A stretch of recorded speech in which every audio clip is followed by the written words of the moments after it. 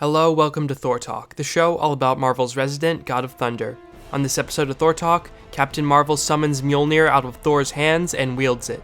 Except not everything is as it seems on Thor Talk. I am Thor the Thunderer, son of Odin, prince of Asgard, and this world is under my protection.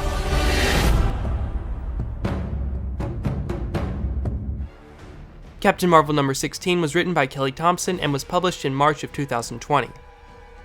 Captain Marvel number 16 is the finale in a Captain Marvel story wherein Carol has to kill all of the Avengers and bring their bodies to Vox Supreme.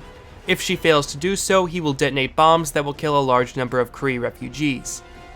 He forces Carol to wear a suit that monitors her so that she won't be able to trick him and will have to kill the Avengers.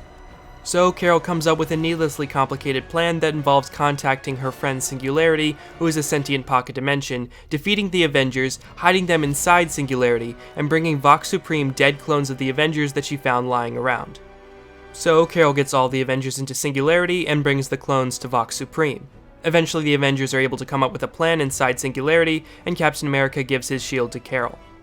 Vox Supreme captures Carol when she arrives so that he can enact his genius plan to use the essences of all the Avengers to create a master race to rule the universe. Using a device created by Tony Stark, Carol breaks free and attacks Vox Supreme with Captain America's shield. As she has him distracted, the other Avengers find the bombs endangering the Kree refugees. During the fight, Carol is knocked into one of Vox Supreme's creation machines and becomes a grotesque combination of all the Avengers. This horrifying abomination, formerly known as Carol, continues to fight Vox Supreme, but she can't stop profusely vomiting. Vox Supreme beats down Carol and prepares to detonate the bombs, but then Carol reaches out her hand. Thor notices that Mjolnir is trying to go to Carol, so he releases Mjolnir to go help her. Carol grabs the hammer and defeats Vox Supreme with one strike from Mjolnir. Carol then burns out the essences of the Avengers, and Mjolnir falls to the ground as soon as she loses Thor's essence because she is not worthy. The other Avengers arrive, and Thor is outraged that Captain Marvel puked all over Mjolnir.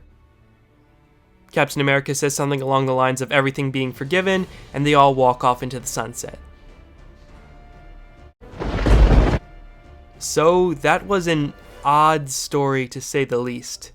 It was messy, and I'm left wondering who wants this. The Thor fans certainly don't want it. There's been so many new people picking up Mjolnir left and right that it's losing its meaning. I also can't really see the Captain Marvel fans wanting it because while she did lift Mjolnir, she also proved that she's not worthy, and lifting it came at the price of being a grotesque abomination who can't stop profusely vomiting. It's a no-win scenario. It's like how Captain Marvel defeated Thor at the beginning of this story. Captain Marvel wins the fight, but she also needs outside help, and she admits that she could never win in a fair fight. It's just an odd combination that will leave fans on both sides feeling dissatisfied to say the least. On top of all that, in this story, Thor is written to be a complete idiot. While Kree refugees are being endangered by the threat of a bomb, he whines about not having board games to play in the Singularity, or about how his majestic body wasn't cloned as well. There's also a few plot holes as well, like how Captain Marvel can lift Mjolnir because Vox Supreme infused her with Thor's essence rather than just his DNA. But the problem is he was actually infusing her with the essence of a clone of Thor. That clone was created from Thor's DNA by humans, so there would be no essence of Thor to transfer to Carol. He was just transferring the clone's essence to Carol.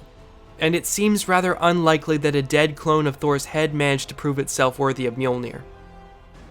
Also, Carol's plan is not only overly complicated, but it doesn't make any sense. She's willing to bring a clone of Hawkeye's body despite the fact that she never fights him. If she doesn't think Vox Supreme will notice her bringing a dead body of someone she never fought, then why does she bother to fight any of them at all? Because Vox Supreme is monitoring her, Carol acts like she needs to defeat the Avengers. But Vox Supreme doesn't seem to notice when Carol disappears into Singularity. He doesn't seem to notice when the defeated Avengers disappear into Singularity. He doesn't seem to notice when Carol puts cloned bodies of the Avengers into Singularity. He doesn't seem to notice anything at all. It seems like Carol could just push the Avengers into Singularity, explain what's happening to them in there, and then move on. She doesn't really have to fight them, and if she doesn't have to fight them, that makes her actions seem particularly horrible. She breaks Tony Stark's trachea, and she's willing to kill She-Hulk by absorbing the electricity from her brain. She knows this could kill her, and she seems to think it's worth it.